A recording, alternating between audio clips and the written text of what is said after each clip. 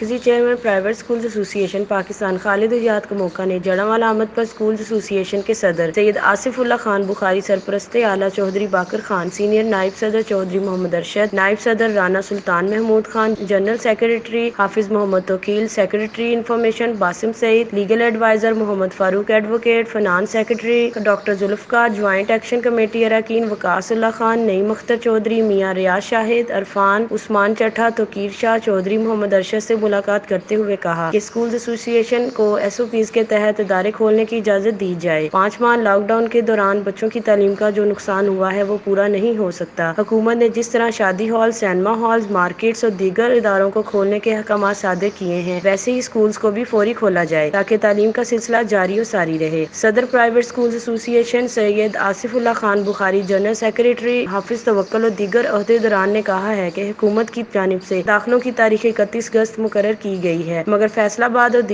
تعلیمی بورڈ کی جانب سے ویب سائٹ بند ہونے سے داخلوں کا ٹارگٹ پورا کرنا ناممکن ہو گیا ہے، جبکہ 2 سال سے فائل جمع کروانے کے باوجود پرائیویٹ اسکولز کی رجسٹریشن نہ ہو سکی ہے، جس سے اسکول مالکان شدید اذیت میں مبتلا ہیں۔ لاک ڈاؤن کے باوجود کرایہ کی بلڈنگ میں قائم اسکول مالکان نے کرایہ اور تنخواہیں بھی ادا کیں، لہٰذا حکومت کو چاہیے کہ پرائیویٹ اسکولز ایسوسی ایشن ریلیف فراہم کرے۔ مرکزی چیئرمین پرائیویٹ اسکولز ایسوسی ایشن پاکستان خالد حیات کموکا نے یقین دہانی کروائی ہے کہ پرائیویٹ اسکولز ایسوسی ایشن کے جائز مطالبات کے بارے میں ڈپٹی کمشنر فیصل آباد اور دیگر حکام بالا کو آگاہ کیا جائے۔